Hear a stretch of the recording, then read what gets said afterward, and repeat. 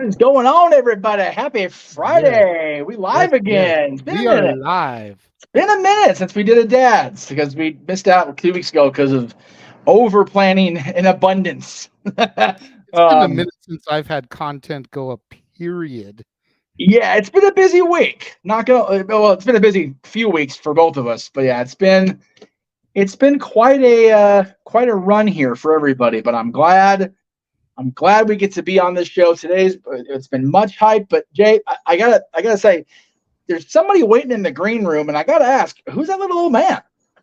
He's with Natalie. He's her grandfather. It's not her grandfather. I've seen her grandfather. This is her grandfather as well. How do you reckon? Well, everyone's entitled to two now, aren't they? This is her other one. He's very clean. Anyway, ladies and gentlemen, enough shtick aside. Here he is, my dad, Natalie's grandfather, and to the rest of the multiverse, he's known simply as Pop. Our very special guest for the show, Jerry Williams. Hey, Greetings, everyone. It's great to see you. Great to see you guys in Great to person. be seen.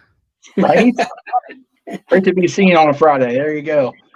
Very exciting to be here with you guys today. We're honored to have you, Jerry.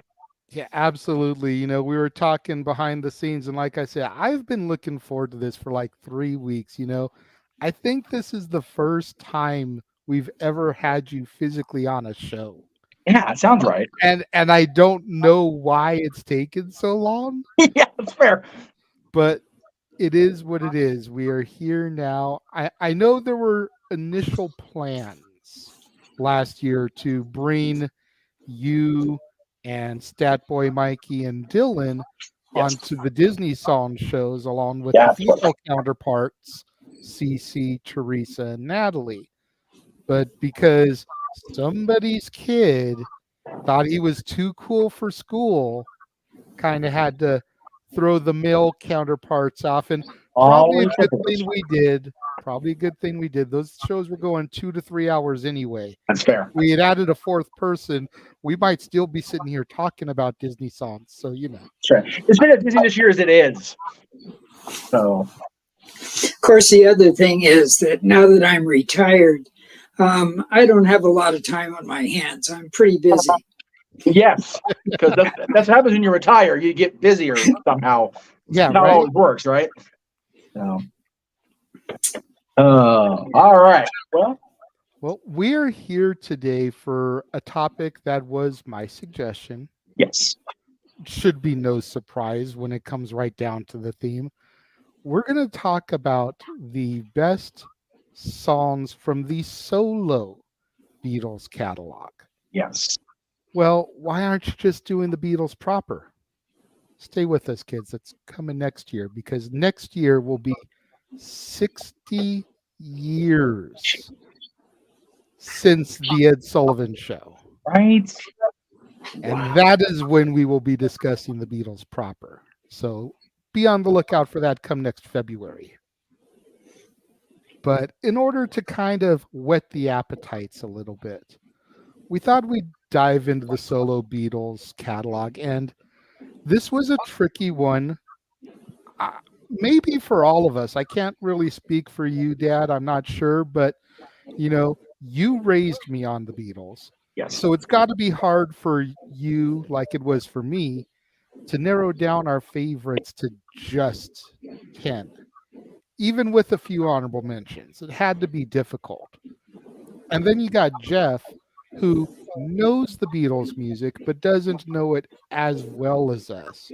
So I had to make a Spotify playlist for him with basically the greatest hits so that he could listen to it and kind of immerse himself on his 5-hour trips to and from Disneyland via, you know, public transit and actually listen to the songs, kind of get a taste for the solo stuff and rank what he wanted to rank. How hard was it for you to narrow this down to 10? That's to me. Yeah. It was difficult because I wanted to make sure that I represented each of the members. But the other consideration we have to keep in mind as Beatle-philes is that although John and Paul made an agreement early in their career that all of the songs they wrote would be Lennon-McCartney songs, as the years progressed and we got into Revolver and Rubber Soul, a lot of the songs were primarily written by one or the other of them. And maybe a couple of words or maybe a little riff on the guitar was added. So, you know, a purist could maybe say that there were some Beatles solo songs while they were still together. That's fair. The only one that really worked on his own was George. And they would, you know, toss him a couple of songs on each album. And of course, Ringo got his one song per album. But like I say, solo songs really, in my opinion, had to be after 1970, after the actual breakup. And although they might have performed with another group, I still consider that a solo endeavor. Okay. Good to know. Good for that clarification, because I have something on my list that kind of falls into that. But right, yeah. So yeah, I mean, like you pointed out, there's a lot of stuff during the later years and friendly competition, rivalry, if you will. You know, Penny Lane was a result of Strawberry Fields. You could say Helter Skelter was the counterpart to Revolution. You know, there's always been those, you know, the yin and yang, if you will. Mm-hmm. Mm-hmm. Exactly. It's funny you bring that up. You know, I was talking with JJ earlier today. You know, we lost Randy Meisner yesterday, one of the original Eagles, and you know, for better or worse, his contribution to the Eagles will always be "Take It to the Limit," which is a near and dear song to those of us at the No DQ universe. If you know, you know, kids. If not, read my post earlier. But Randy always, you know, both loved that and hated it at the same time, because he felt like he had to sing that song, and if he didn't sing that song, he wouldn't really get any of his own performances out there. And he came to toward the end, before they finally, you know, split apart, he and the rest of the group, it was just kind of one of those, okay, here we go again.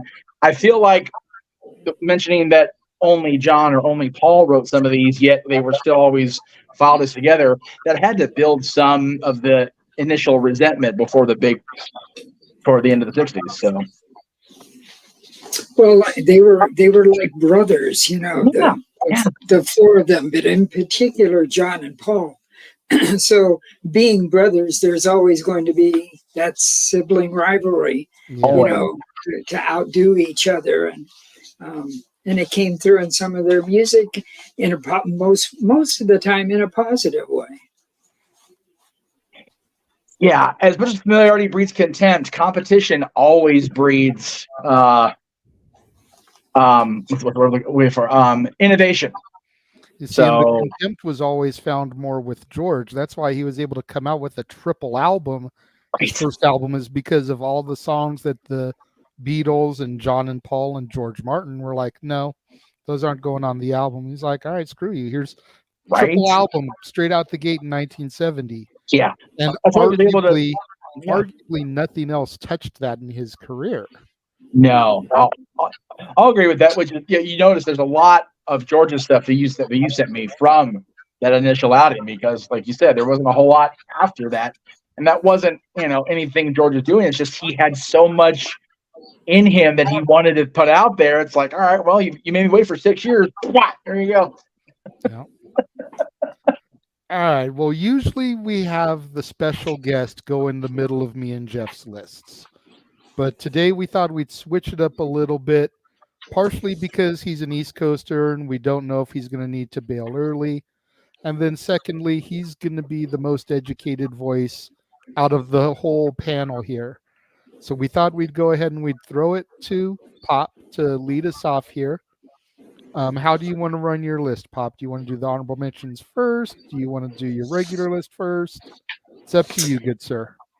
I would like to do the regular list first, and I'll Okay. start with my number 10 Okay. and maybe throw in a couple of honorable mentions as we proceed through the list. Sounds good. As the guys said in the introduction about being a little old man, I do have notes that I've taken so that I could make sure and remember the high points that I wanted to make about each song. Perfect. Gary, I tell you, the teacher in training in me appreciates the hell out of that. So that's good. I love it. All right. I appreciate that. And I'm going to start off with number 10. Number 10 is from the drummer, the famous Ringo. It's from his Photograph album. It was the lead single off of that album, self-titled. He was co-written with George Harrison, actually. They wrote it together. And it's one of Ringo's most recognized solo pieces and carries a strong message. The song is Photograph. Photograph by Ringo Starr. The message in it is, it's really a song about love lost. Love had and love lost. We've all been there. We've all felt it. And my favorite line in the song is, all I have is a photograph, and I know you're not coming back anymore. That always endeared me to that song. And being sung in Ringo's voice, which, as most of us know, is not the best voice, but it really had a lot of sentiment in it as he delivered it. Absolutely. So I chose that one, Photograph by Ringo, as my number 10. It's a hell of a song, hell of a way to kick things off, I think. You know, I'm not surprised that Ringo started the list. Like you said, it's no secret, and I know my daughter and her mom are probably watching, both big Ringo fans. Admittedly, he is the weakest voice in the Beatles. He acknowledges it. So Photograph is a great one of his early songs. He's got a bunch of those, we'll say from like 1970 to like 1977, just kind of sprinkled in there. That was really just like the apex of Ringo solo. And ever since the 80s, it's just kind of been hit and miss with him. Well, in those early 70 years, the 70 to 75, whatever, he did a lot of collaboration with the other boys.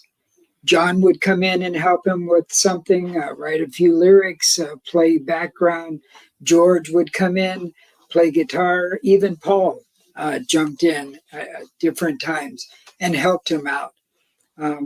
Ringo really depended, of the four Beatles, Ringo was really the one who was the most dependent on the other three. Although undoubtedly a fantastic drummer, his songwriting skills and vocal skills didn't rise to the same level as the other three. Agreed. Yeah, right. I think that's why there's so few like big ones from Ringo, which is why his concerts are so loaded up with other people's songs, other artists that he brings into the, for lack of a better term, the all-star band that he has at his shows, because there's such unfortunately a small variety that you need the big group to kind of fill out that time and space. Agreed. All righty, we'll move on to my number 9. My number 9 is a George Harrison song. It's a song that George wrote as a touching tribute to his mate, his brother, his friend, John Lennon. And it was recorded just a year after the assassination of John Lennon, which for me was devastating when I heard about it. The song was released on George's Somewhere in England album in 1981. And George, who is very spiritual and private person, it gave him an opportunity to share how he, as the youngest one of the Beatles, he was the youngest in age. Actually, side note, the first time they were in Hamburg playing, they got kicked out of Germany because they found out that George was underage. But it gave him an opportunity to share how much he looked up to John, and how much he looked to John as a big brother and someone that was there for him and he could count on. So all those years ago is all about his feelings for John, and a beautiful, beautiful tribute by George. Yeah, this is hands down probably my favorite George Harrison song, period. I only didn't put it on my list because I was trying to come up with different songs than what you gentlemen had. You know, being somebody who, thanks to you, was raised on the Four Lads from Liverpool, seeing songs pop up on your guys' list, it's like, okay, I can let y'all have that because there's plenty others that I like.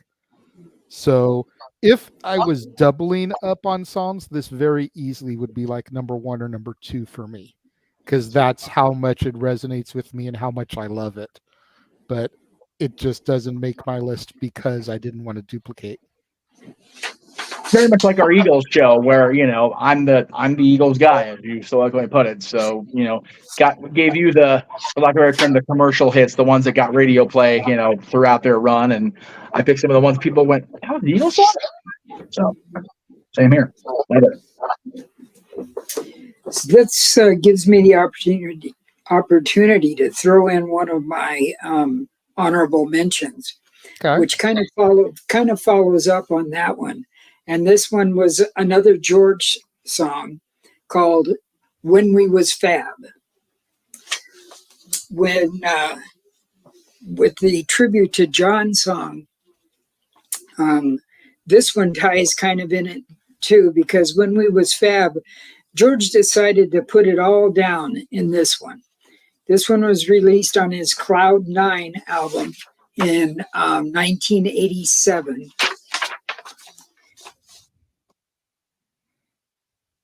The lyrics serve as a nostalgic reflection by George on the days of Beatlemania during the 60s, when the Beatles were first referred to as the Fab Four.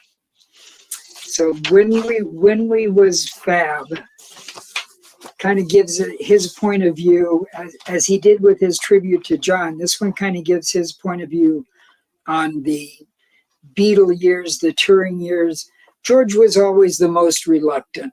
He really didn't like the spotlight. He didn't like all of the people rushing up on him. As I said before, he's very more private and more spiritual.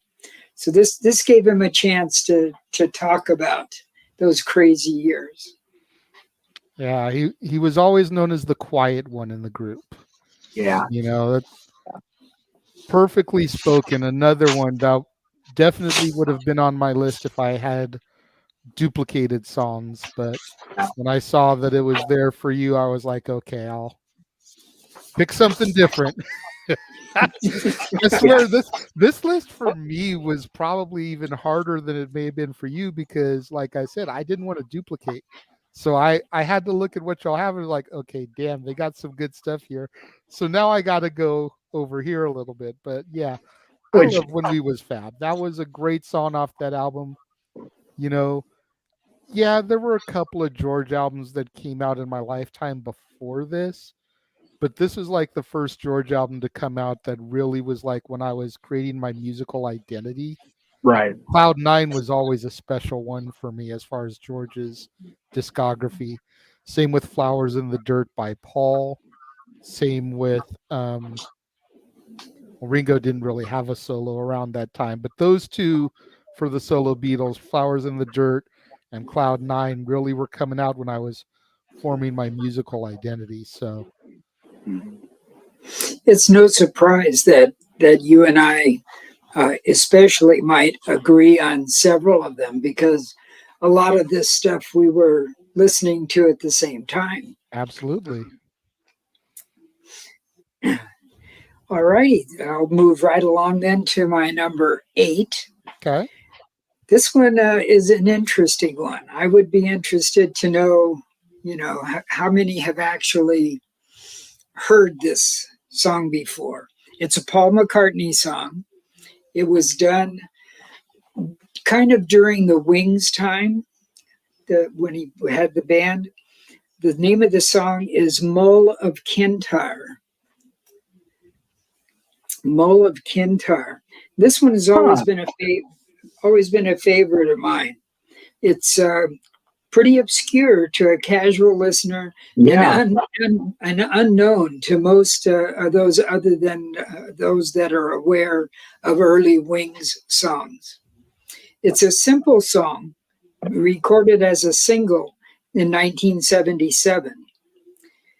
Kintyre is actually a peninsula in Scotland where Paul has owned a home since 1966. And this song reflects his love for the place and his desire to always return there. I love how the song builds from a very simple guitar and voice to guitars to additional voices. Wait a second.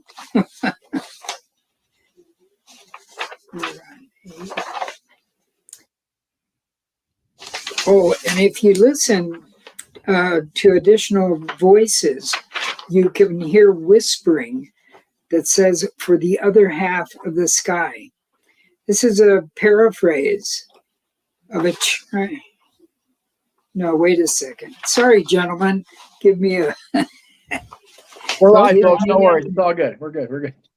Give me a second. I got my papers out of order. Hey, you know what? As he's looking, not gonna lie, I find myself jealous of every student he's ever had. Just the details, like, this is awesome. For real. Like, I'm just like, oh, I want to hear more. Okay, additional voices to bagpipes, and then to a choir. I really smile every time I hear this one, because it builds. The Mull of Kintyre is on the coast in Scotland. So as it begins, Paul is kind of up in the grass with his guitar and starts to sing. And then I think it's Denny Lane or one of the Wings comes in with another guitar and joins him. Soon Linda comes from the background and joins the two of them. And then it goes to the bagpipe break, where looking down towards the coastline next to the water comes a pipe and drum corps playing the melody to Mull of Kintyre. As they approach and become louder and the voices together, then it looks as though the whole town of Kintyre has come out to join in singing this song. So we've got this pipes and drums, guitars and voices, and then a whole choir that builds to the end. And that's why it's always been a favorite of mine. Most of the time I mention it to people, they've never heard it, so I'm able to share it with them. That's definitely a deep cut there. I've probably heard Mull of Kintyre once, maybe twice, but it's not one I often think of. So it was completely off my radar and very beautifully described there. It makes me want to go back now once I'm done with my marathon live streams today and give it a listen. Now that I've heard you talk about the way it's layered there, and like you said, the guitar and vocal to another guitar to the bagpipes to the pipe and drum corps, like that sounds like something that maybe I heard it as a child and just kind of dismissed it, but nowadays would totally be like right up my alley. So good call, really, Pop. It's really good. Jeff, do you enjoy bagpipes, or are you usually people either love them? as a wrestling fan, I'm sure both JJ and Teresa being Roddy Piper fans. I love me some bagpipes in small doses. Like I'm not like I'll go out and listen to a bagpipe album or anything, but having heard this as I was going through the solo stuff JJ presented to me, I actually found myself enjoying this. I had not heard of it until we were going to do this show, so it was definitely as JJ said, a deep cut, because I've heard quite a few of the more commercial ones that have come out from the four of them over the years, but had not heard this one, and I enjoyed myself. I enjoyed listening to it as I went through. Good, great. By the way, not gonna lie, that much detail and that much love, and it's only his number 8, y'all. Just saying. Yeah. If nothing else, if not an educator, my dad has always been a writer. He's always been a poet. He's always written paragraphs and jotted stuff down. So it was no surprise to me when he sent his list and had paragraph-like descriptions for every song, for real. And as long as I can keep my papers straight. Right. You're doing fine, Pop. Keep it going. I'm going to jump in here with another honorable mention. Okay. This one, once again, is a George song. As with the Beatles albums, a lot of George's songs were forgotten. This one is Bangladesh. Bangladesh by George Harrison was actually conceived at the suggestion of Ravi Shankar. It was written to raise awareness about the plight of the Bangladesh people after the devastating Bola cyclone in 1977. Released originally as just a single, it clearly gained fame when performed along with Eric Clapton and many others at George's Concert for Bangladesh. This song, this record, was actually music's first charity single. No one had done anything like this before. No one in rock and roll had ever taken and used their voice to raise money for a cause before George's Concert for Bangladesh. So a lot of other musicians joined him on stage, as I said, specifically Eric Clapton. And when you hear this song, when you hear George sing it, you can hear in his voice his plea to help these people that had been so devastated by that cyclone. Yeah, absolutely. Jeff and I did a show last year in November. I believe it even aired on Thanksgiving Day or the Friday after. I think it did, yeah. We did our top 10 charity singles. And we ranked this at number 3 because of it being the original. The only things that were higher than this were We Are the World and Do They Know It's Christmas. Right. And while some of the other songs that fell from 4 through 10 may have been more popular than this, the fact that it was the original is why it made such a high mark on the list there.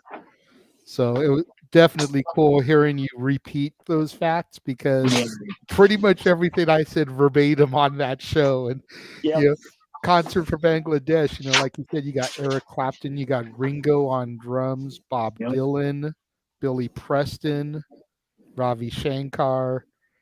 It was the first all-star charity concert.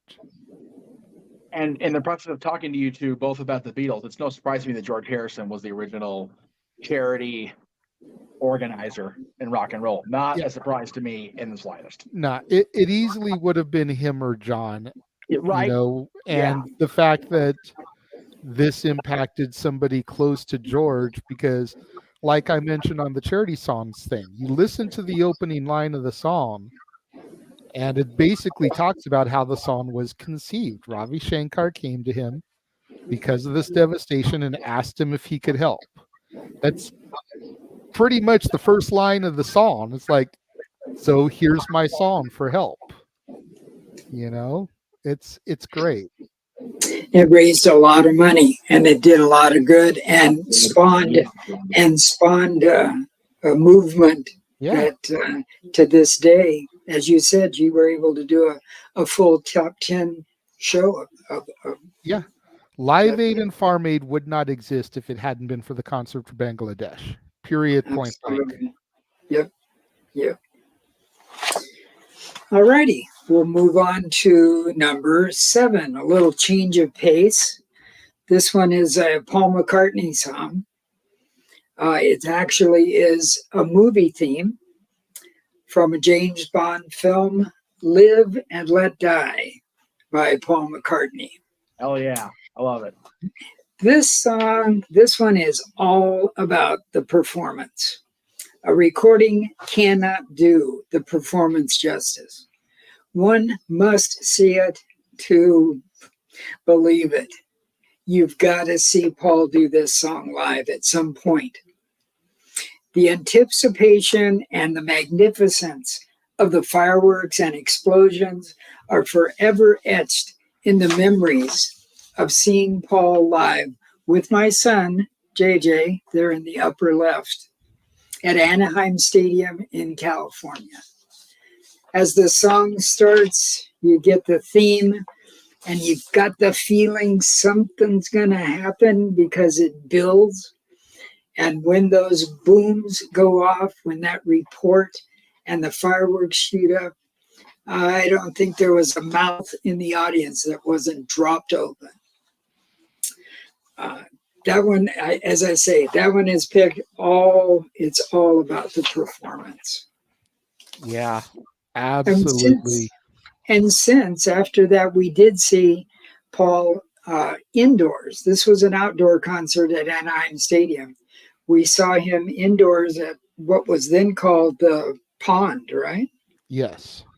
And they still do the fireworks and explosions inside, but nothing can match those going up over the center field bleachers at Anaheim Stadium. The big A, man. No, yeah. It's definitely the only time I've seen him since that initial outing at Angel Stadium where it's been anywhere near as grandiose was when me, my mom, and Chuck saw him at Dodger Stadium. Yeah. And that's the only other time it's been anything as grandiose. And we were on the floor there, you know, probably about 7 or 8 rows back from the stage. Right. So even still, being that close, it wasn't as awe-inspiring because you've got a good portion of the stage kind of blocking you. You've got to get that crick in your neck looking up. Whereas where we were in the grandstands at Angel Stadium, you could just look straight and see everything popping. You know? I'm still envious of missing that show at Dodger Stadium with Ringo showing up too. Yeah, and Joe Walsh. I was talking to Natalie last night because we were talking about what song we had hoped the band was going to sing. For those of you that missed my social media posts, my daughter and I saw a Beatles tribute band at a concert in the park last night. And the only solo song that was performed is one that I know is coming later in the list, so I'm not going to spoil it. But we both were kind of like, since John got this solo song, it would have been cool if Paul had done Live and Let Die. And she immediately flashed back to seeing him in Vegas with me. And she was like, that was an experience. Absolutely. So for a 14-year-old to have that vivid of a memory of something she saw, 4 years ago when she was 10, that just shows the impact of it. And that was one of the fun things waiting for the concert. She's looking around. She's like, I think I'm the youngest one here. And I was like, no, that boy's probably a little bit younger than you because boys grow quicker than girls. And then over time, there were some other younger kids that showed up. I was like, that's the beautiful thing about the Beatles, is that it appeals to everybody out here. You see 6, 7, 8-year-olds dancing in front of the stage. You see 80-year-olds waltzing in front of the stage. And it's like, you can't name me another band that has that musical impact. Not even Elvis hits that kind of range anymore. The Beatles' music is timeless. It's truly timeless. They had such an impact on the world, not only with their music, but with their philosophies, with their how we dressed, how we wore our hair. I mean, really, no one has ever had that big of an impact, and it still goes on today. Do you remember what year it was that we saw him at Angel Stadium? I want to say it was 93. It was around the time that the Off the Ground album came out, and I want to Oh, say the that was old, 93. the old Big A before the refurb. Oh God, I missed that place. Oh, And then Angels, the Honda Center, I want to say was 01, the Back in the US tour. Okay. Yeah, So it right there, is. that was almost a 10-year gap between seeing him. Yeah. And How Michael old went was with us. Michael Yeah, went with us to the the Honda Honda Center Center. where, oh, of yeah, course he did. Freaking Dutch Stack family. Boy. That's when he got to see him. Okay, I'll move on along then to number 6 on my list. Okay. Number 6 is a John Lennon song from his last studio album, Double Fantasy. The song is Woman. Um, this album, it holds a special place. The entire album does, because it was so anticipated that it was coming out. And then it was released, and some of the songs on it started to become popular, and then we lost him. Double Fantasy is a heartfelt thank you. This song from Double Fantasy is a heartfelt thank you to his love, Yoko, and to all women. If one listens closely, they can hear Lennon say, they can hear Lennon whispering for the other half of the sky. That quote is a paraphrase of a Chinese proverb once used by Mao Zedong. At the beginning of this song, he uses it. I think most men can relate to these lyrics of love for our significant other. Woman, I can hardly express my mix of feelings and thoughtlessness. After all, I'm forever in your debt. It's a beautiful song. People can say what they may about Yoko, but And they have. John loved Yoko. She Yeah. was the Absolutely. love of his life, and some of his best love songs were written for her. This one included. Yeah. You know, a lot of people still give Yoko crap, and it's unjustified at this point. Even Natalie is kind of in the bash Yoko phase, because she's still young. She doesn't get it. She sees the history shows that talk about, how she provided that tension in the studio. But at the end of the day, Yoko was John's muse. You look at the stuff that he came up with in the 70s there, and so much of it is tied to her. Even the late Beatles years. So Yoko and Linda,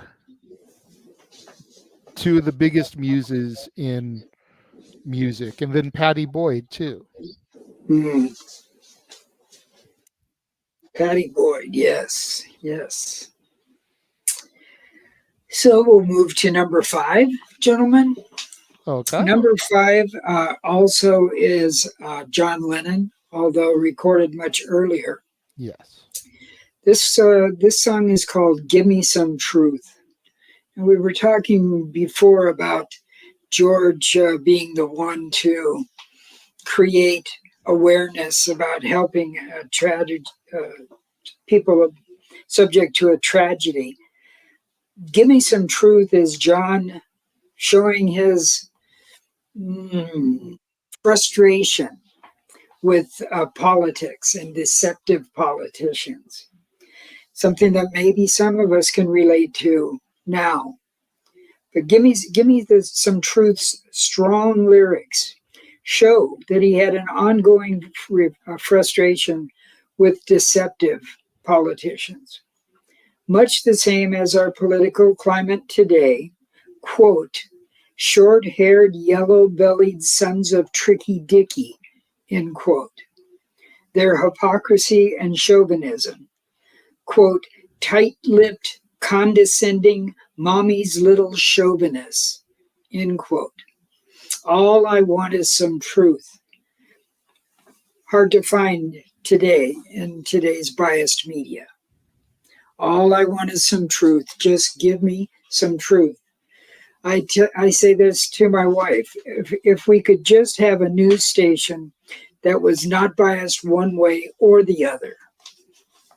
It's not too much of a secret that I'm pretty liberal, very liberal in my thinking, but I just would like to hear the facts. Just give me the truth. Then let me make up my mind.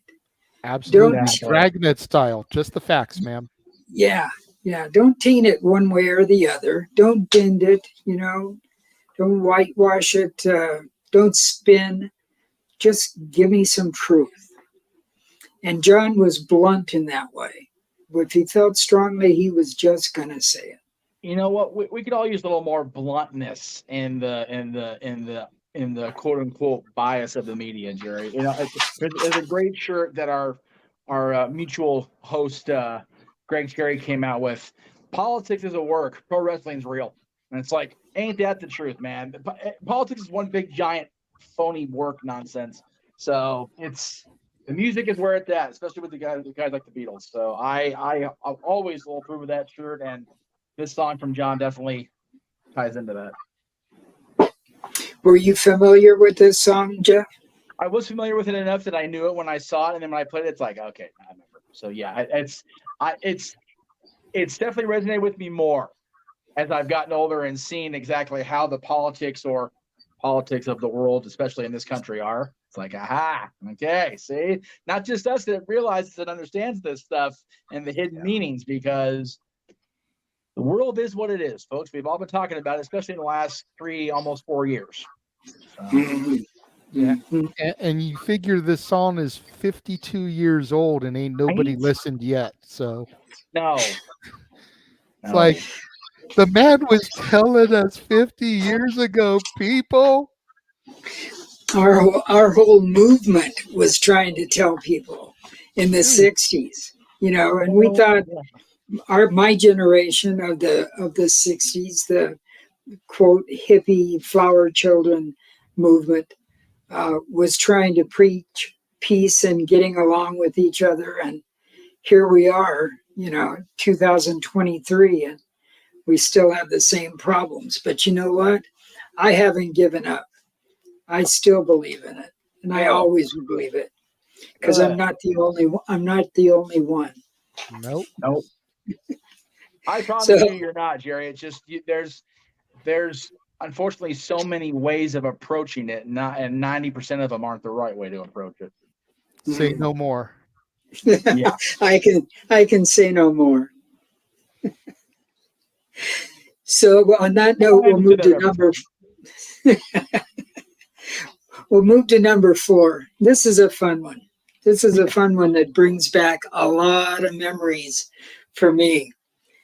This one's by Ringo, who we can count on for some humor. Absolutely. It's called the No Song. The song is actually from Ringo's Goodnight Vienna album, which was released in 1974. It was written by a famous folk singer at the time named Hoyt Axton, and it's one of my favorite Ringo solo songs. It's a very, very funny take on someone who is repeatedly being offered mind-altering substances, shall we say. Ringo's response is, no, I don't blank no more. He says, I'm tired of sleeping on the floor. No, thank you, please. It only makes me sneeze, and then it's hard to find the door. If you've never heard it, listen to it. Yes. He goes to different people. He meets a lady in Mallorca, Spain, who offers him some weed, and he turns that down with his no-no. He gets offered cocaine. He turns that down because it only makes him sneeze. He gets offered some Tennessee whiskey and always comes back with the same refrain. No, no, no, I don't. No more. I'm tired of waking up on the floor. No, thank you, please. It only makes me sneeze. And then it's hard to find the door. So the song just makes me smile thinking about it.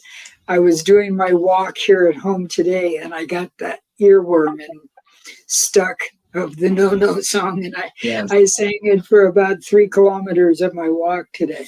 Nice. There you go. Have either one of you ever heard that? Yeah, I of had course. I've heard that, and then remembering that Joe Walsh is his brother-in-law, and life's been good, having a verse where you can't find nowhere. I'm like, I wonder if he really was at the same party. Yeah, you introduced me to that song years ago.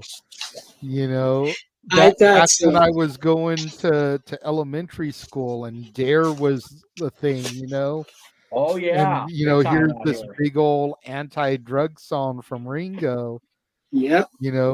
who famously was the first one to try stuff in the group. Yes. And here he is with this: I don't smoke it, I don't snort it, I don't drink it no more. You introduced me to a lot of those Ringo songs back in the day. This Photograph, like was on your list. You're 16, you're beautiful in your mind. That's a great one. Yeah. Yeah. So If I I'm don't looking mention, at. which I did end up not doing, if I don't mention 16 beautiful, You're Beautiful in Your Mind, it would have definitely been on there. That's a beautiful song. So Yeah. You're 16 is really a good song. Well, I'm looking at the clock here, so I'm going to move on along to number 3. Okay. My number 3 is a George Harrison song. Probably my favorite George Harrison song for a number of reasons. This one is My Sweet Lord by George. The penultimate George Harrison anthem. It combines wonderful lyrics comparing the Hindu chant Hare Krishna with the Christian call of Hallelujah. From his mind-boggling All Things Must Pass album, was released in 1970. It was hard to choose between this and Something, because both are amazing depending on one's interpretation. I think so I'm just going to throw in a note about Something, because I think, if I remember correctly, Something was written for Patty Boyd. Yes. And something in the way she moves attracts me like no other. We compare that with My Sweet Lord, where the refrain in it, as we listen, is he's singing Hare Krishna, Hallelujah, Hallelujah. To me, that's showing that it doesn't matter to me what you believe, what you follow. We're all connected into the same energy of the planet. And each of those phrases are just as powerful as the other. And he brings that to everyone's attention in that song, My Sweet Lord by George Harrison.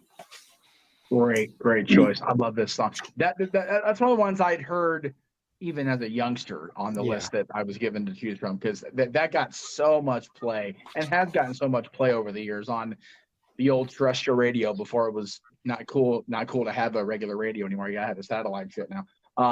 But it still gets a ton of play on the old station now. It's wonderful. Yeah. Great, beautiful song. Easily the number 1 or number 2 most played George Harrison songs on the Without a radio. doubt. Yeah, absolutely. Yep. The other one that's in serious contention is an honorable mention of mine, so we'll save it. Right. Don't want to name drop it just yet. Alrighty, I'll move on to number 2. My number 2 is Paul McCartney. And the song is Baby, I'm Amazed. Nice. This one's another tribute to the love in our lives. Just the title says so much about Paul's love of Linda. Released on Paul's self-titled first album in 1970. This was just as the Beatles were actually breaking up. Yeah. It's a song that captures his complete infatuation with her following the breakup of the Beatles and how she inspired and guided him through that really difficult time.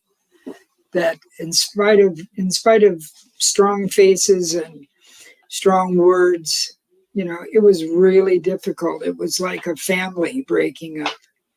And as JJ pointed out earlier, she was his muse. She was his inspiration. She was his rock through that difficult time. Well, when one goes through such a familial breakup like that, they weren't blood brothers, of course, but when something close as family, you have that loss, you have to have a rock. You have to have a something to be the stabilizer, something to hold you together. For John, it was Yoko. For Paul, it was Linda. And just some unbelievable music came out of that for both of them. For Georgia was Patty, and for Ringo, for the early years, it was Maureen. The later years, it was Barbara. Yeah. They were fortunate that they all found love, George with his, I've lost her name. Olivia, yeah. So. I have found in my life that there's nothing quite as powerful as when you find that person. Yeah. That just inspires you to do anything and motivates you to keep going when that anything seems just so challenging. So I appreciate that all four of them found that. I was gonna jump in earlier real quick before I don't want to get too far in the weeds because I know JD's on a time thing too. All these songs are just the ones they've done after, or even after, or even toward the end of the run, but after the breakup. JJ mentioned Elvis. Elvis changed music in so many ways. So many of these artists changed music or their own genre music. The Beatles changed the freaking world. Jerry mentioned, the way we dress, the way we style our hair, the way everything. As much as all of these amazing artists and musicians and everything changed aspects of their world, the Beatles changed the world. Mm-hmm. And that's why this show is happening. That's why we're doing the showcase next year for the, again, 60 years since Ed Sullivan, which is bananas. Yeah. So for anybody they came at the right time. We mentioned it a little bit when we did our Will Smith show back, whatever it was, a year and a half ago. Yeah. The Beatles' first album was released November 22nd, 1963. Yeah. Kids at home, what happened on that day? A little bit of a nationwide tragedy that struck that day, Another famous assassination. Yep. Well, the Beatles came at the right time. Yep. Yeah. Amen to what both of you said just then. If the Beatles had come along 6 months earlier, 6 months later, it's possible it wouldn't have had the same impact. Right. But they came along at a time when the country needed something positive. Yeah. And there they were with I Want to Hold Your Hand. She loves you. Please, please me. All my loving. Yeah. This country was so devastated by the loss of John F. Kennedy. My mom was 3 when John was shot. And it was just the entire, it seemed like the world just was in a complete doldrums. Mm-hmm. It just happened to be the Beatles released their first album the same day, 8 hours ahead, or whatever it was from Dallas. Just an incredible, odd timing. And tying it back to the Will Smith thing, which is where the comparison originally came from, Big Willie style came up just a few months after the death of Tupac and Biggie. Right. So here's this album from Big Will, who's always invited us to have some fun with him, to get jiggy with it, if you will. It's okay to have fun again. It's okay to go to the club. We can get over these sad deaths. Let's have some fun again. Yep. It is wonderful how the power of music or the power of medium, whether it's music or movies or whatever, can lift us out of things like that. Music is the most powerful tool, I think, to bring us out, to inspire us to do anything. Music is so wide reaching. Yeah. And that's why the Beatles music changed so many and so much. I was a junior in high school when Kennedy was assassinated, and the world literally stopped. All of the television stations had news coverage. There was nothing else on television. There was nothing else on the radio. Everything stopped, and it was all coverage of the funeral and the moving of the body and all of that. And so from that low, that phoenix, the Beatles, the phoenix rose from the ashes. Yes. And brought light back into the world, especially for the young people. Yeah. Yep. All righty, number 1. Here we go. Drum roll. I bet everyone can guess if we're talking Beatles solo songs. This one is by John Lennon, and it is Imagine. What can I say? Imagine, the anthem of a generation, an anthem for the world. The lyrics have always touched my soul and heart. You may say I'm a dreamer, but I'm not the only one. I hope someday you'll join us, and the world will be as one. John Lennon wrote this song early one morning in 1971 at his house in Tittenhurst, England at that time, on a Steinway piano that he had painted white for Yoko. It was released on his Imagine album in 1971, and in my humble opinion, this could be a national anthem for the world. The title Imagine, just as an interesting side note, actually comes from Yoko.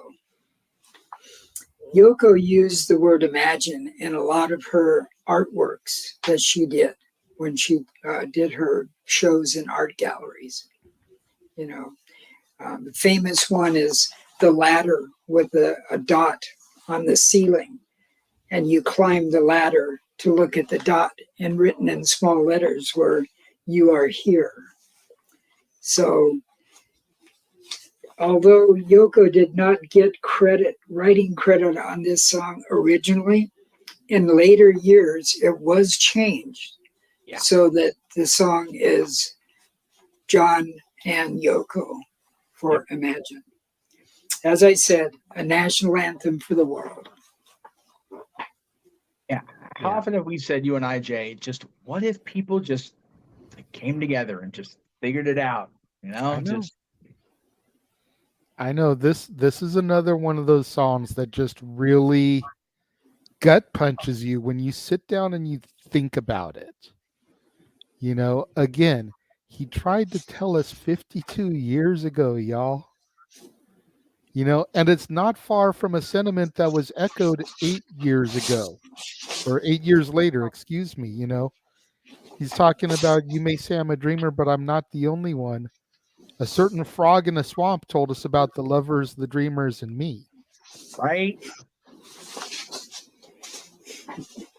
You talk about the song that resonates with this room and like our generation and everybody since. Rainbow Connection is very much in this same vein. It's like it really is. I mean, it sounds funny at the first speaking of it, Well, right. But if you really break down the lyrical content,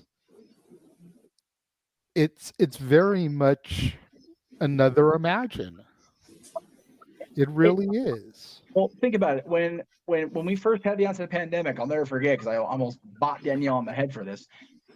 Kermit, or whoever runs Kermit's social media, I don't know if it was Matt or Steve at the time, whatever it was, but just Kermit by himself sitting in the swamp, strumming the banjo, singing that song. It's like, this is the kind of stuff we need right now, y'all, because we're in a horrible situation. We all need to just focus on the good stuff. And it was hard at that point because we all were cooped up and dealing with the same thing. It's just not realizing we were all dealing with the same thing. We all go over ourselves and realize we're all in this together. Not to make a Disney reference. Please don't hate me for that Disney reference. But yeah, all these songs coming together in some way or another. It's wonderful. So at that point, I'll give my last honorable mention because it ties right in to where we are. And it is John Lennon, Give Peace a Chance. This was done with the Plastic Ono Band, but the original recording was actually recorded in a hotel room in Canada. And it's undoubtedly, it's an anthem of my generation, as well as ones to follow us. Oh, yeah. Very simple lyrics, but powerful message. Mm-hmm. Everyone is consumed by the physical. And, quote, all we're saying is give peace a chance.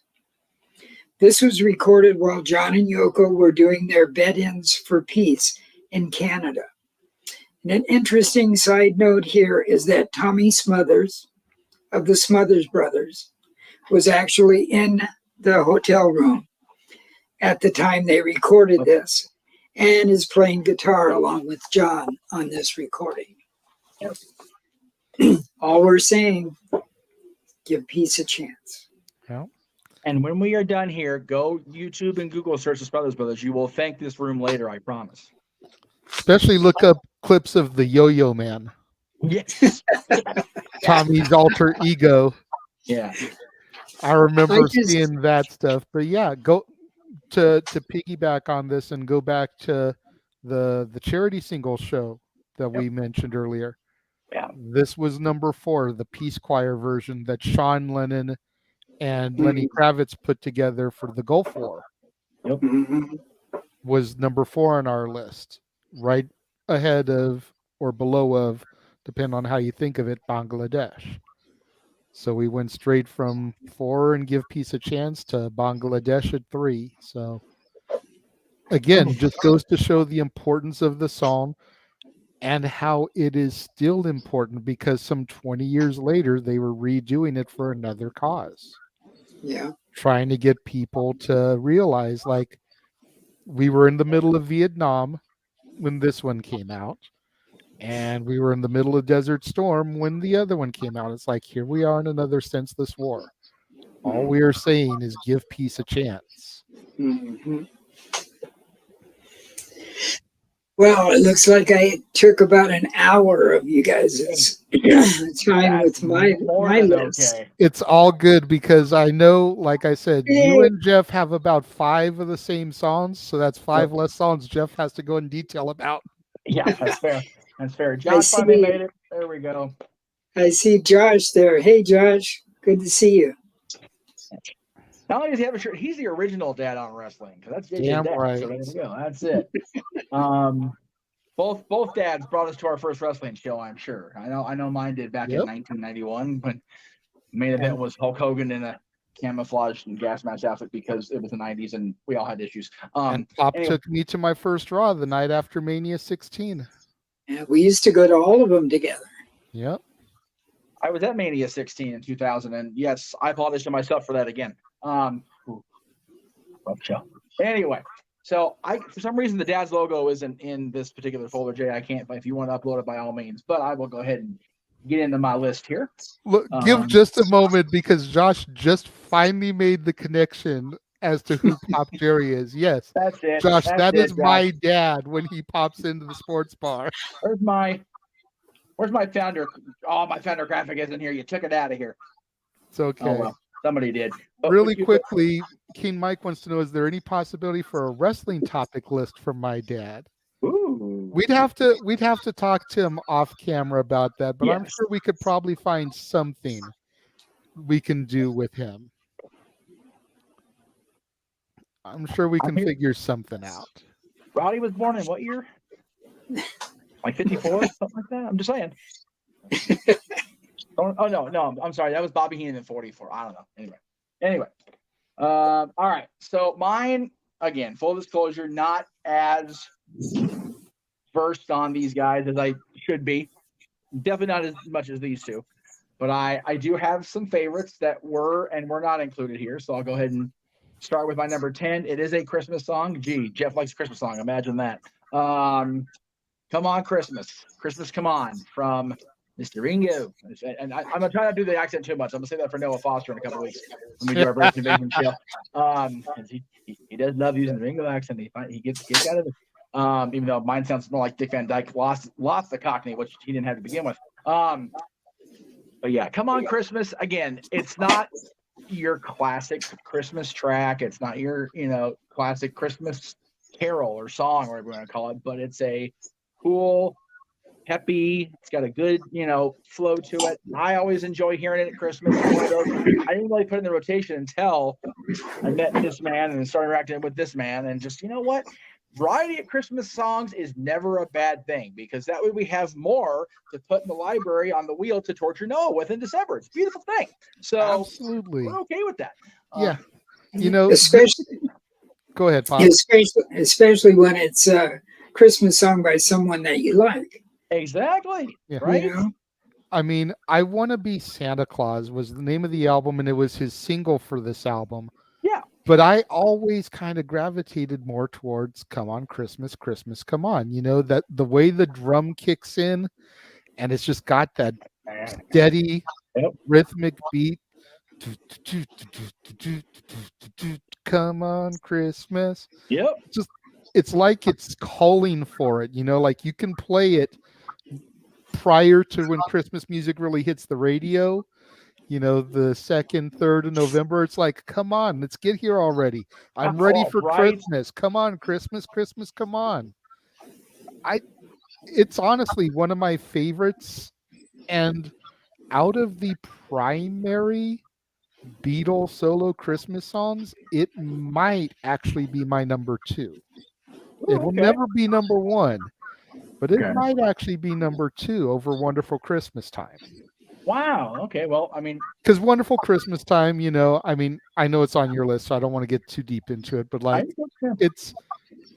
you watch the video and it's just classic 80s cheese. God, yes. At least this still feels modern and contemporary. Right. And that's what I love about it. Let's not forget the fan club Christmas. Christmas Time is here again. Oh yeah. Another good one I didn't think about, but you're right. That's a good one. T spells out. Spells out.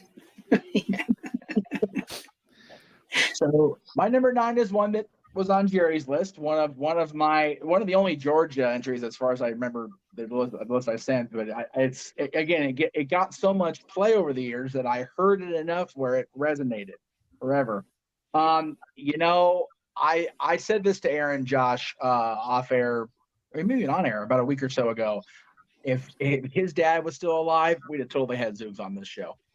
Just because he, as crazy as Zoogs' music was, and it was a little out there, definitely influenced by the Beatles, as everybody was. So it would have been cool. And I did ask my dad. He's just not.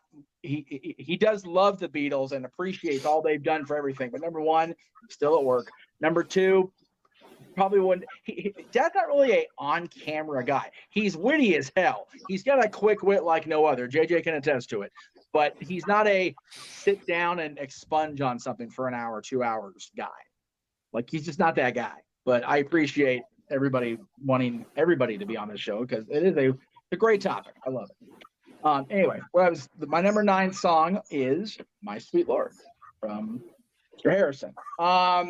Again, there's just something about the lyrics and the subject matter that resonates with everybody when you hear My Sweet Lord, when you hear the love songs written by these guys or inspired by their significant other, inspired by something like that in their lives. These guys they had a gift, all of them. Ringo and Paul still do, by God. Paul McCartney's still selling out stadiums now because of the power of his lyric ability and the power of his music. I mean, you're not going to find a whole lot of artists that started really in this country and around the world. Of course, somebody's calling me because my dad. Speaking of my dad,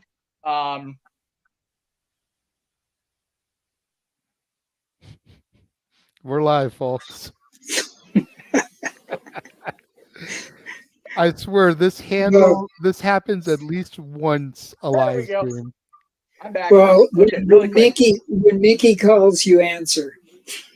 Well, we gonna have a problem here? He is calling for my dinner order, which is a very vital part of my day. But anyway, I'll get back to where I was talking about in a second. I'll get it back. My sweet Lord. Well, no, but it was the point I was making that, like, toward the end of that, like, what was I saying right before he called? Shit.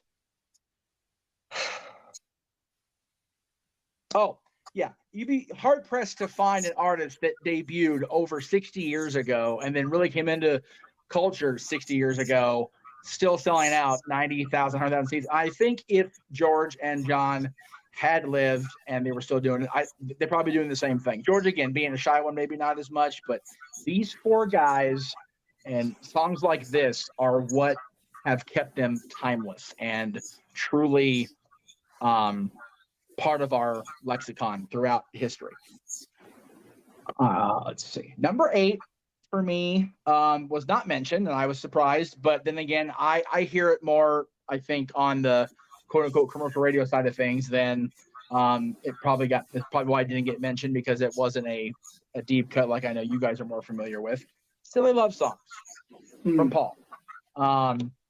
Just a cute little, I mean, my description's in the title. It's a silly little song. It's just, life's all about silly love songs. And I think that sometimes it has to be. We have to remember that life's not always just doom and gloom or serious or punching that time clock or worrying about this or that. It's just about silly shit.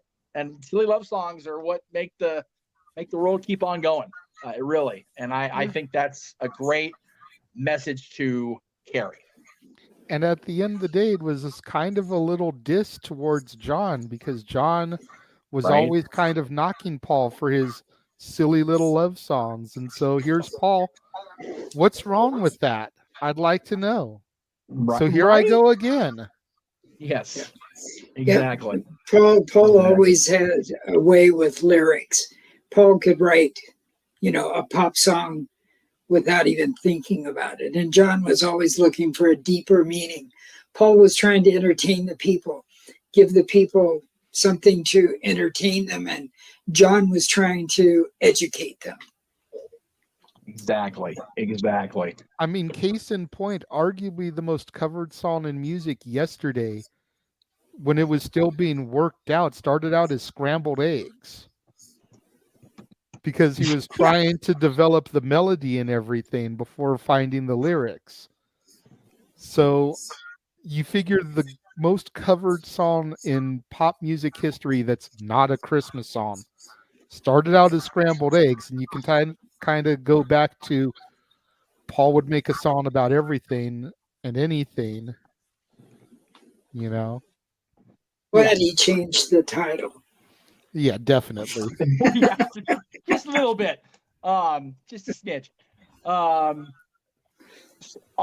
that vein, if you will, we'll go to number 7 really quick. I'm trying to blow through these, but sorry. Number 7 is very unlike this list for all three of us, because unlike this list, or actually much like this list, it don't come easy, because it was difficult to get these together. And I was going to say, I felt bad because I made JJ wait till this morning. to have my list finalized because I have been running around so much, and I kind of had an idea of what I wanted to have for the 10 songs. I just didn't know where I wanted to rank them. But well, yeah, there you go. Again, just one of the few Ringo songs that just always resonated with me, and I always like as soon as I hear that beat of that song, I'm like, oh, Don't Come Easy, and I get into it on the radio, playing on the Spotify playlist, whatever the case may be. It's one of those I don't purposely put it in the rotation, but if it comes on, I'm not going to turn it off. And I think I think that's probably here's my Ringo description.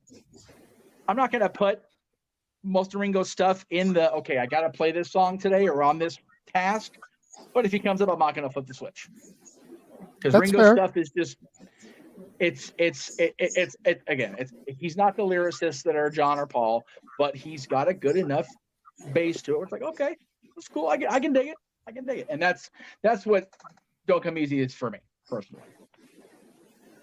Number 6 was mentioned as an honorable mention by Jerry. I think it's actually 6 and 5 are back to back. They're both John. Give Peace a Chance and Imagine at number 5. Just imagine what this world could be if we would all give peace a chance. I mean, that's really what I think of most when I think of John Lennon's songs. Is that's really what he was about. That's what he, and as he was writing, would do. Is that there was always a message, more so I think from John's songs than from yes, George had the first the first charity one, but to be fair, that's after John had passed, if I remember right. So, and if I'm wrong on the dating, forgive me there. Anyway, I think they're both powerful, and I'm grateful that you had them on your list, Jerry, because you had away with the notes that I did better than I could have for either of these songs, because it's John Lennon. I know John and the Beatles mean so much to you both more than they do me. So I appreciate that, not having to come up with a lot of clever shit. Much like this one, another commercial one from Paul, but by the way, my last 4 are from Paul. I'm clearly a Paul guy, apparently. It's not by I just like Paul. It's just I happen to like these songs. These next 4 better than I did the other ones I chose. Maybe I'm amazed. Again, I mentioned earlier when we were talking about it, the fact that some of my favorite songs throughout history, be it the Beatles, be it any songwriter, be it any expressionist artist, period, comes from the inspiration of the significant other. It's powerful when your significant other, however they come into your life, can inspire you to create something as powerful as a song that resonates through time. First of all, appreciate the gift you've been given in your life by having that person in your life, and second of all, don't ever underestimate the power of that inspiration inspiring you and inspiring others to do great things. And I think that song and the other songs you mentioned earlier just speak of that message. So yeah, we're getting really philosophical on the show, and I'm okay with it. Then there's just this, which is a Paul ditty that I love. I've always loved hearing it on the radio, Band on the Run. Having seen the live performances, because I haven't had a chance to see them live, unfortunately. Paul always has fun doing all of his songs, but this one he really seems to get to, not as much as my number 1, which we'll get into, which was already brought up earlier, but Band on the Run's just a fun I don't know what the terminology is, forgive my musical ignorance, but it's one of those I'm not looking for the phrase road trip song, but it's one of those when you're in a multi-person vehicle traveling cross country, cross town, cross states, or whatever, and this song is like, oh yeah, this song fits for what we're doing. Band on the Run, we're moving, we're going down the highway, we're doing our thing. It fits. It works perfectly, for at least for me, in that vein. Number 2 was mentioned earlier, and JJ did mention that it would be lower on his list if it's going to come up at all. I don't know if it's going to come on your list at all, Jay. But Wonderful Christmas Time. I did not really appreciate this song until very, very recently. And it's being able to hear it. I'm not actually there for it, but hearing it performed live during the Christmas season. I've noticed as the years have gone on that Paul tends to appear on shows like Saturday Night Live or the other talk shows that have Christmas specials.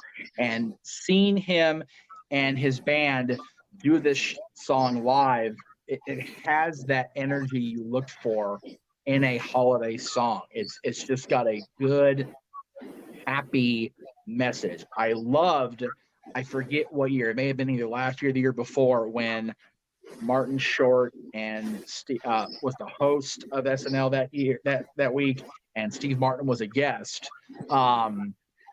They went from a skit where Marty Short was the primary auditioner at some random like music thing, and Paul was just on the triangle and just trying to get in his to Brian Cage and Jay, get his shit in, and like Marty goes, "I'm the singer.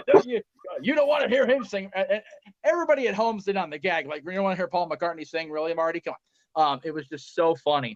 And oh, by the way, Josh, I finally got to watch that 1998 Rudolph. No, doesn't touch the Rankin Bass for me, but still a beautiful movie. Thank you for recommending it, Josh. Much appreciated. That's about a year that I've owed that to him, so thank you. But then finally, the bit ends with, oh, you want to sing? Go ahead, you do your thing. He peels off his costume. He's got the classic Paul McCartney look on, moves to the stage, and off they go to Wonderful Christmas Time. It's like, oh, they're going to do the song. I love it. So that's my favorite of their solo effort Christmas song. I like it. Happy Christmas War is Over, I think, would get honorable mention. I've just never been the biggest fan of that one. Just not my preference. So, number one, I got a groan in the stomach about when it was so low on Jerry's list. I felt bad because I was like, oh no, because I like it way more. But you mentioned it, Jerry. It's powerful. It's got a intensity about it. It's a James Bond movie thing, so it's going to hit on all the feels. Live and Let Die. Paul and Wings just own this shit, every last bit of it. Yeah, Josh, you get that for one day. Wait till tomorrow. Anyway, dun dun dun, doom and gloom. Yeah, Live and Let Die just finds every way throughout the entire track to kick every bit of ass it needs to, as a movie theme, as a James Bond movie theme, and as a powerful rock melody. Not melody, a rock song, just a badass rock song. Got the message, Jay, thank you.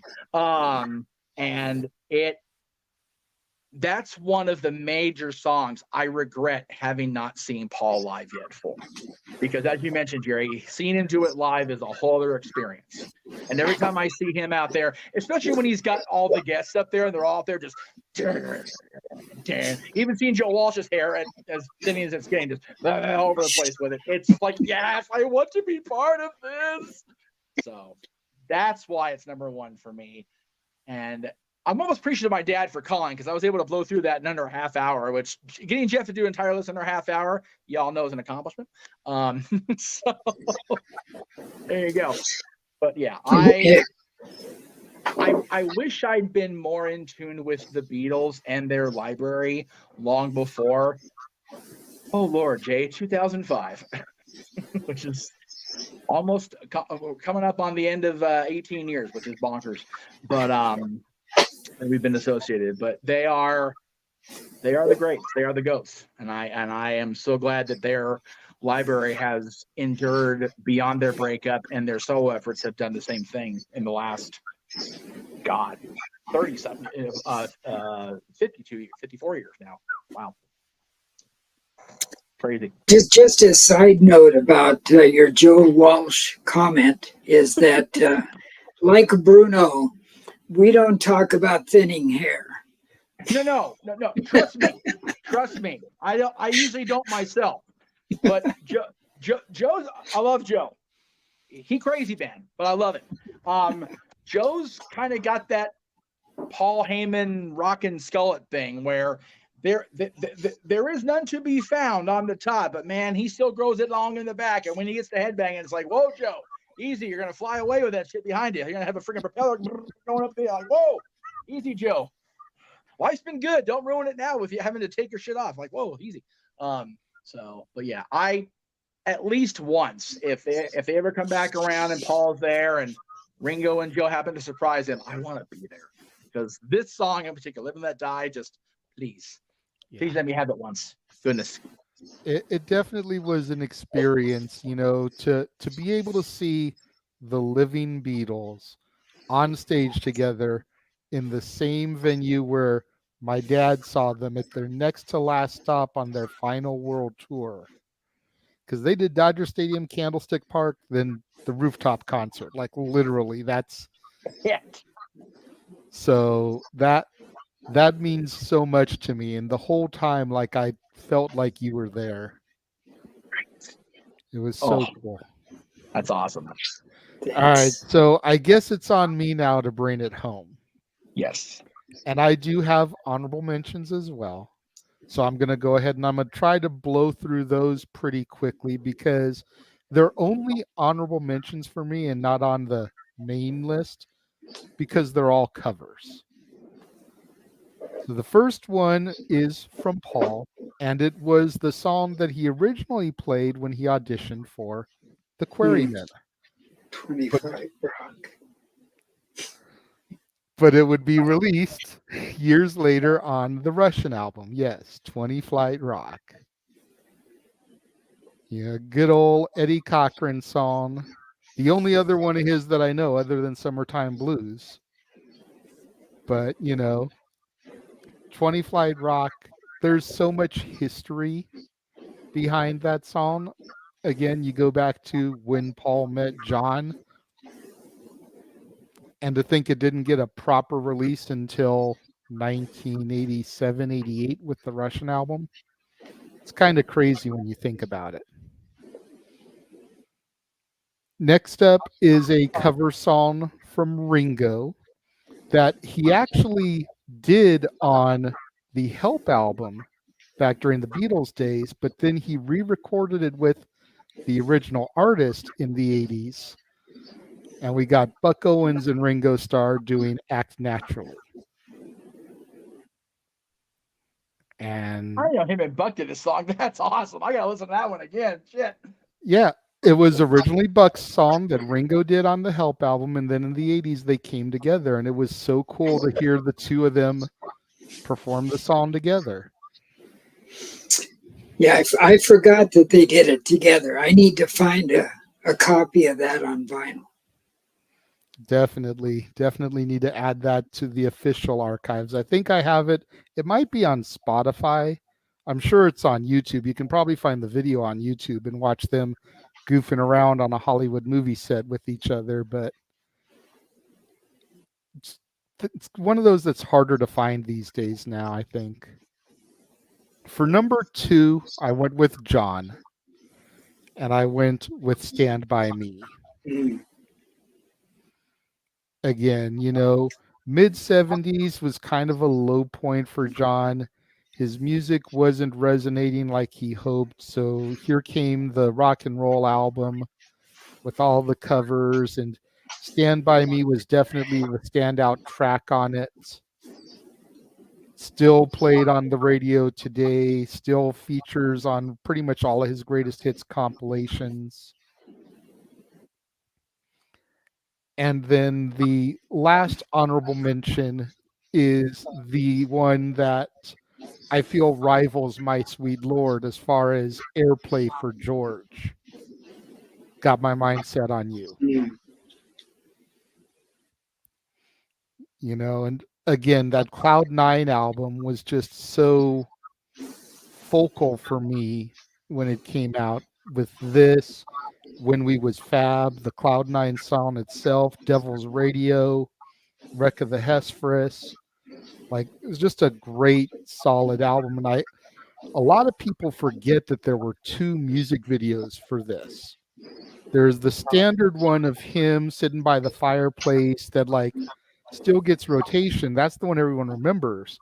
But prior to that, there was one of a couple of kids at like an arcade boardwalk, and they were looking into one of those machines like they still have at Disney where you can watch the old movie reels, and his performance is in like one of those movie reels. Mm-hmm. I forgot about that. Yeah. Yeah. You know, 'Cause the I guy think of trying it, to win a prize out of the claw machine for the girl and everything. yeah. I think of the fireplace one, but I forgot about that one. Now I can see it. It's it's playing in my head. See, and I always remember that one because I always thought it was the cooler video. But for whatever reason, they went with the fireplace one is like the mainstream video, and I never understood it. But it is what it is. Now we get to the main list, and I'm kind of bummed that Jeff dipped out here and he's not getting this, but it's also kind of cool to just have you here and talk about these. So, number 10 on my list is, oh, here he comes. He must have heard me. I literally just said it's kind of a bummer that Jeff isn't here as I do these, and then poop, here you came. Speaking of the devil, he shall appear. So, gone through my honorable mentions now, getting onto the list proper. Number 10 cool. is from Ringo. Nice. And Back Off Boogaloo. I love this one. Yeah, it's a catchy, fun, nonsensical Ringo song.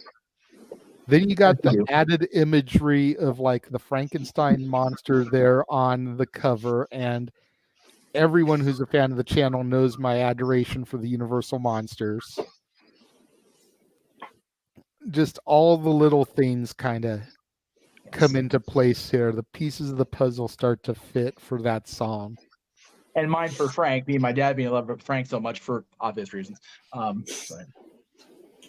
Yeah, I never understood that imagery of how it's Ringo. Do you need to understand it? I mean, it's the same man that had a hole in his pocket. I mean, that's fair. He That's fair. carried it around. Half a hole anyway. He gave the rest to Jeremy. Jeremy. Hillary. Yeah, you also wrestling this week. Anyway, there you go. Boob. Foot.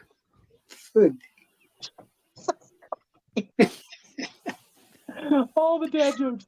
Anyway. Hey, that's 3 Beatle movie references we've made now. Right We've there, done A Hard that's Day's Night, A Help, and A Yellow Submarine. And I know if she's still watching, Natalie is cracking up. Hopefully, yes.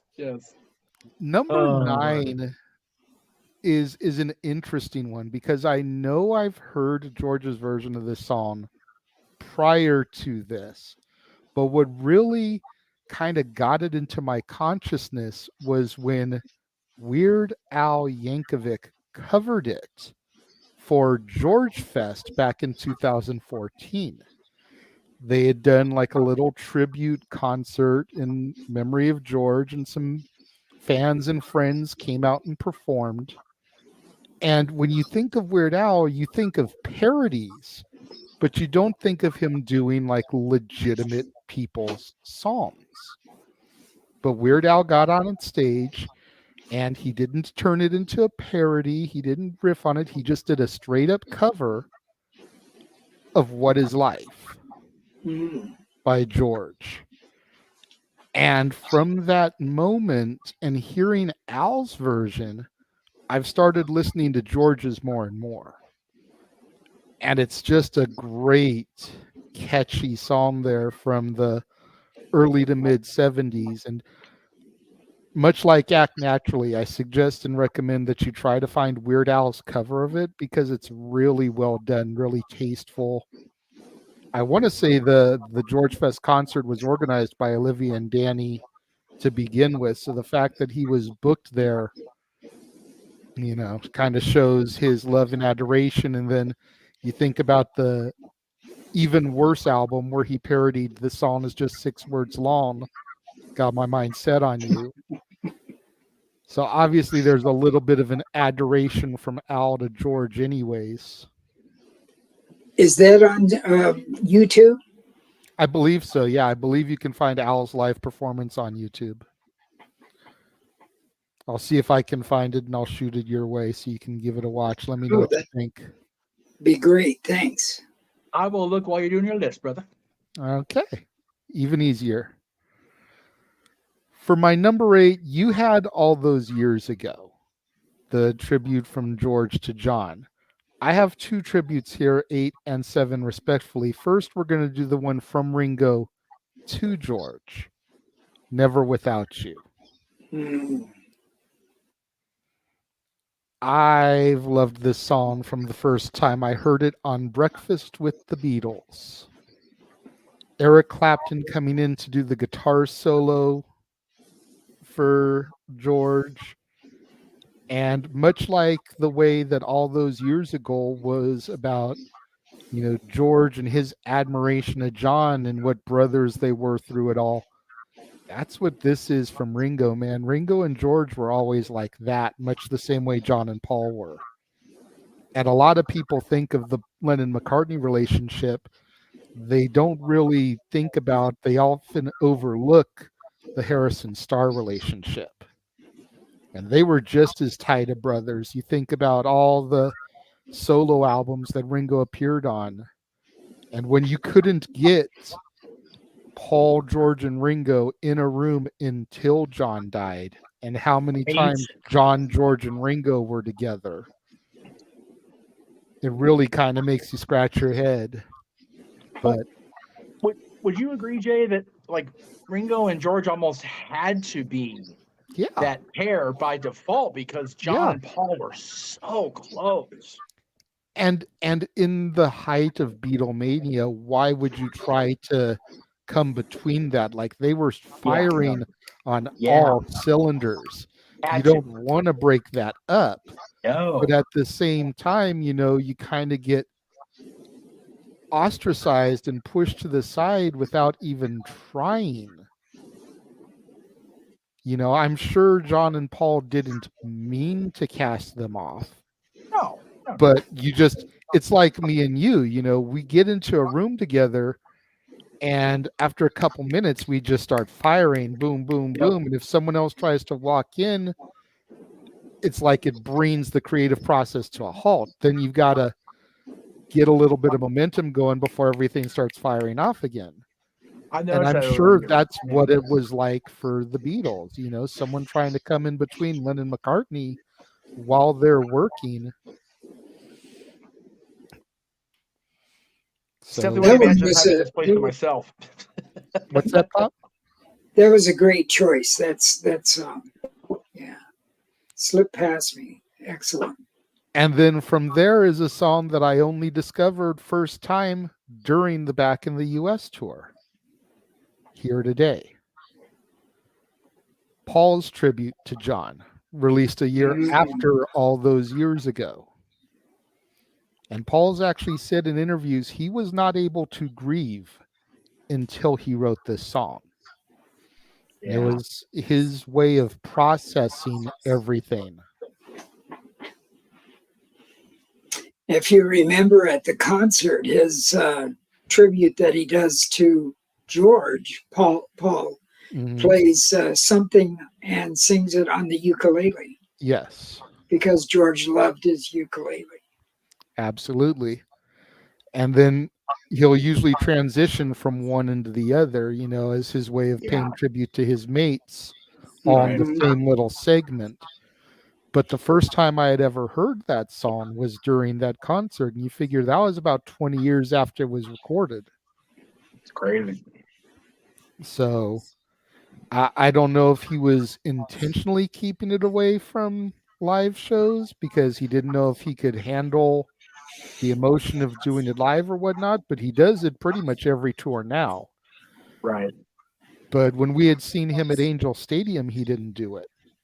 Right. It wasn't until the following tour, the Back in the US tour, that he started doing it.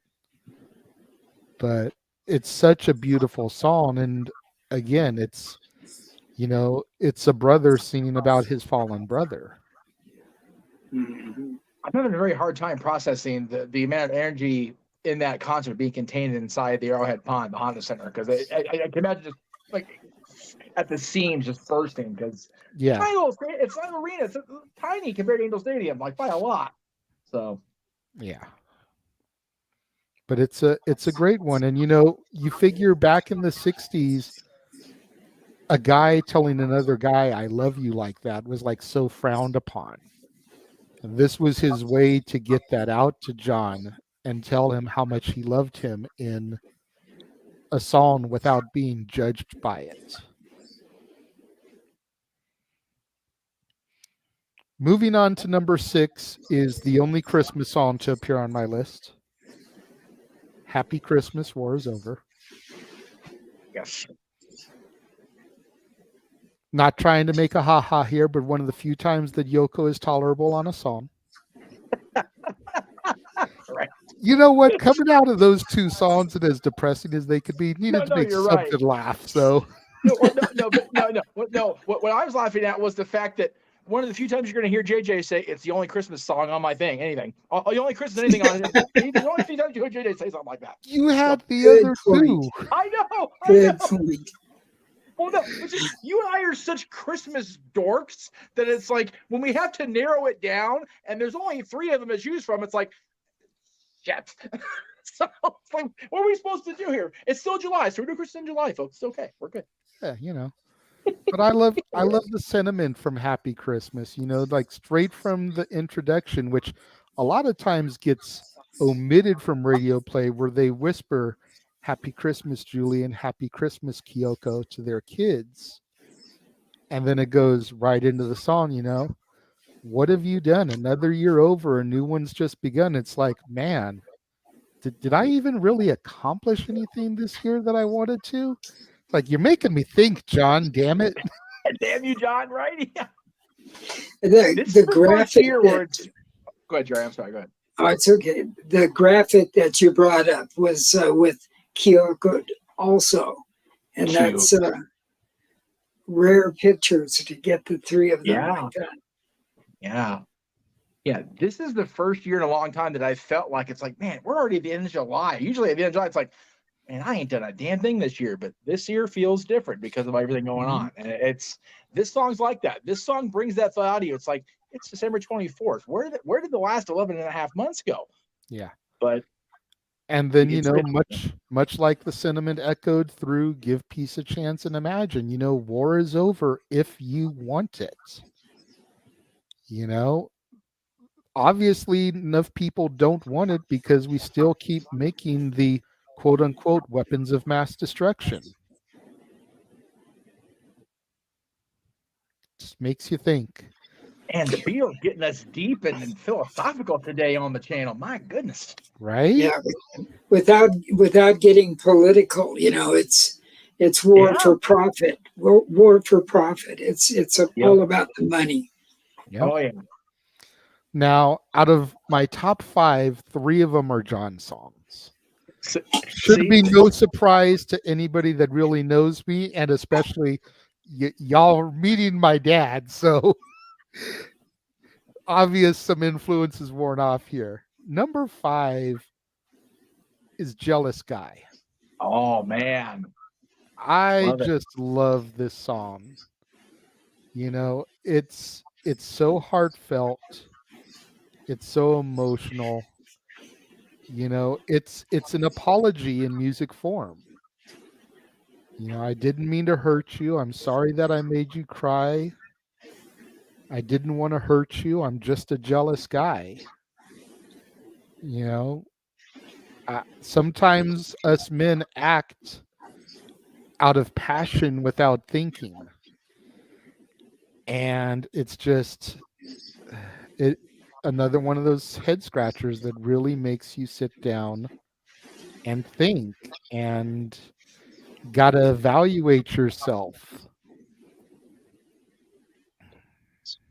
Yes, even we question our own extra chromosomes sometimes, girls. We promise we do. We're not just the lunkheads we make ourselves out to be. We do think about it every once in a while. Absolutely. Just doesn't always work. Yeah. What is it that boy Uncle Goofy always liked to say? It's like I hear what you're saying, but I just don't always listen to what it is. That is the key to life. We hear everything. It's whether we listen and interpret the way we need to.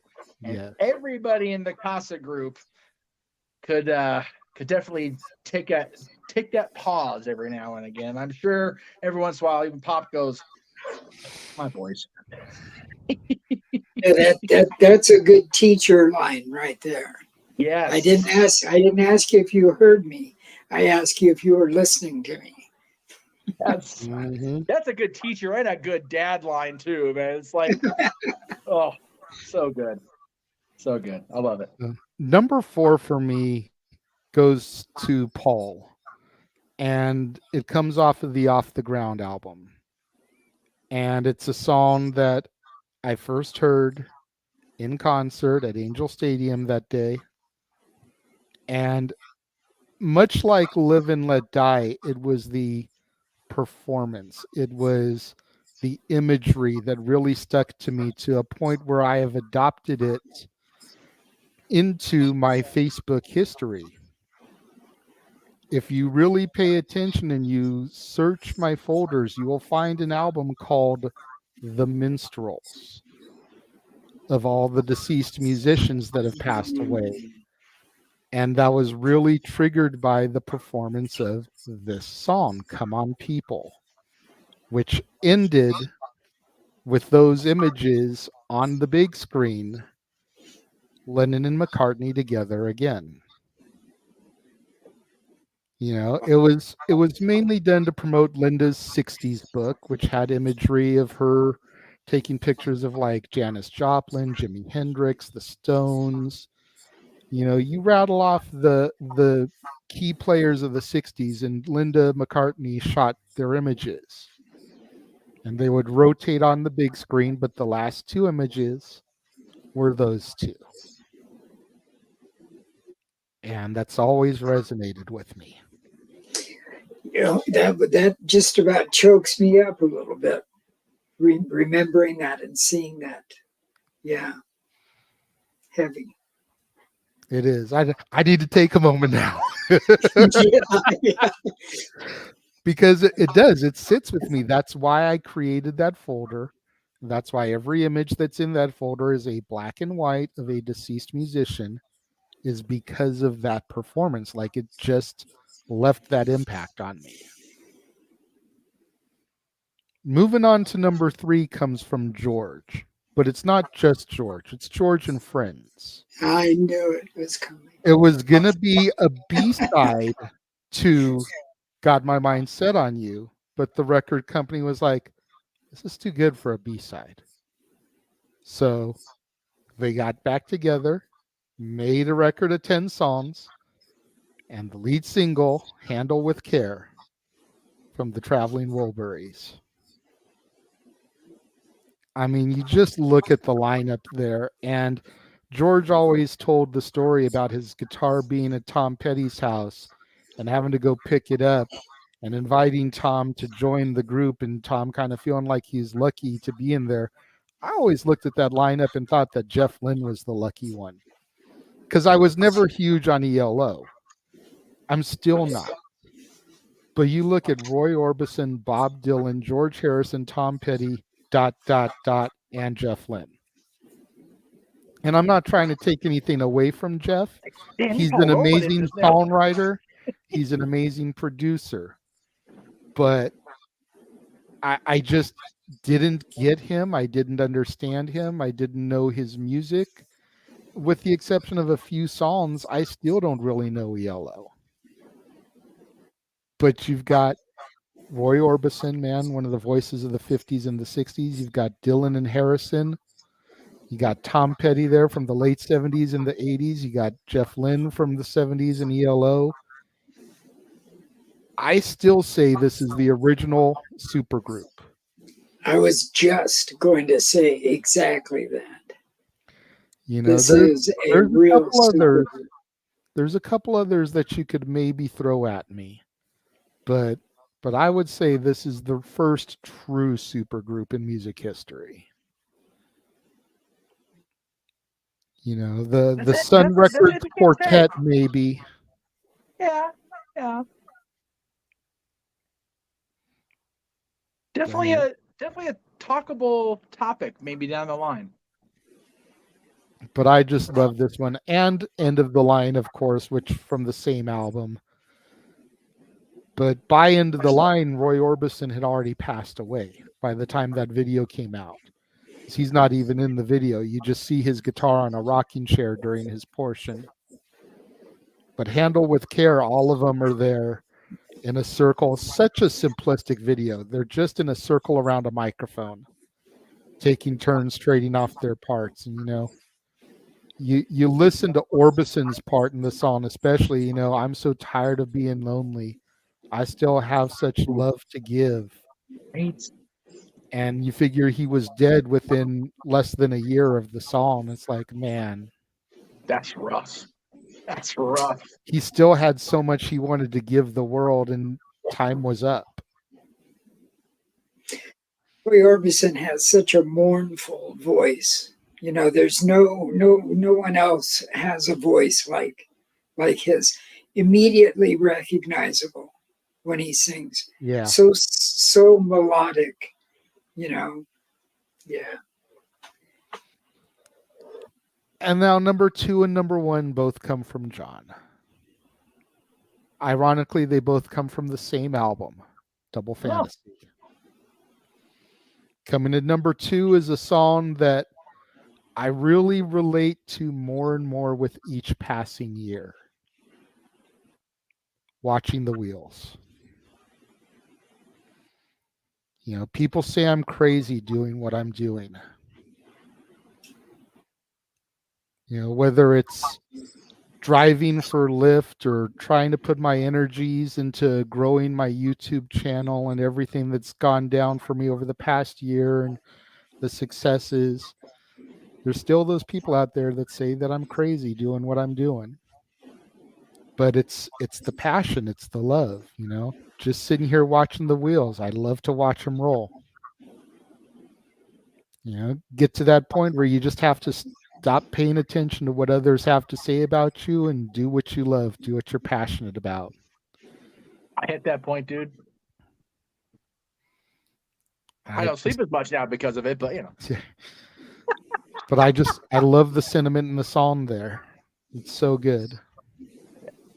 It's a great song. Absolutely. I just have to let it go. Yeah. All right, deep breath. Gotta try not to get emotional again. Right. Jeez. Number 1 is number 1 because it's a song that, despite the title, I sang very frequently to my daughter when she was just an infant. Beautiful Boy. Obviously changing the word boy to girl as I seen it to her, but oh yeah. The sentiment of the song, again, is just so sweet and so special.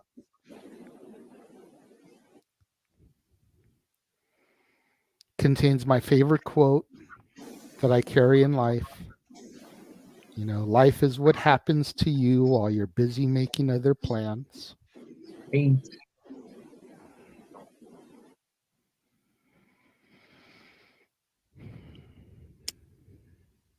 You're mine, JJ. I know. Yeah. I know, Pop.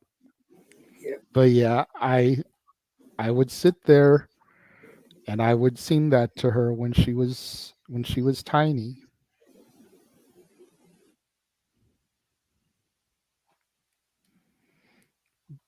And to think that he didn't get to live to see Sean grow older.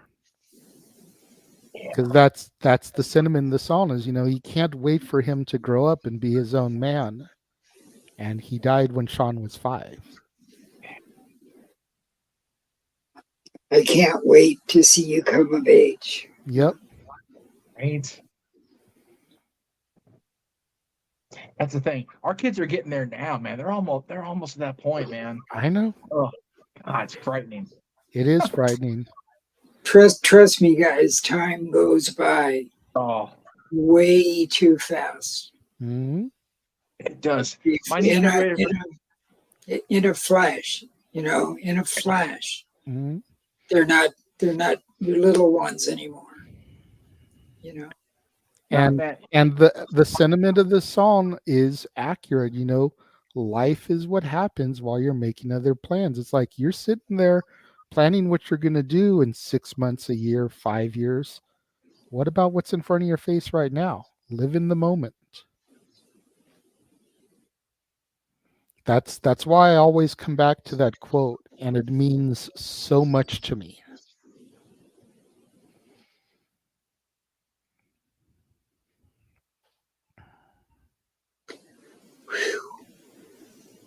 So that is my top 10 solo Beatles songs.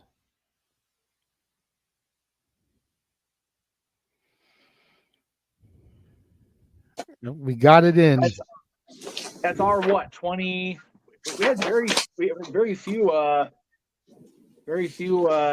duplicates. Well, I mean, Jerry and I did, but not. It was still a pretty solid list of almost 30. Yeah. Let me throw out one more.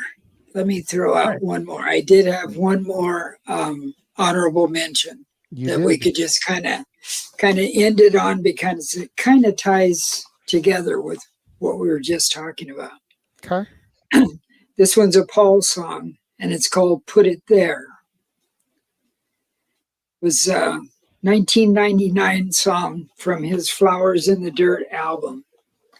And I chose this one again because it has a special connection to the memory of the first Paul McCartney concert my son and I attended together. Nice. I can remember us shaking hands each time the title words were sung by Paul. And it's about a father and a son, and how important a handshake is for a man to another man in giving their word. So when he would sing "Put It There," JJ and I, sitting next to each other, would reach over and shake hands with each other. Yep.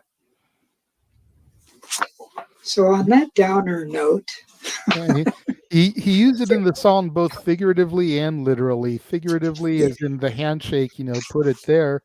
But then in the chorus, he also says, put it there if it weighs a ton. Yeah. Like set it down, take it off your shoulders, take it off your back. It's what a father said to his youngest son. It's like, I got you. Just put it there. Mm-hmm.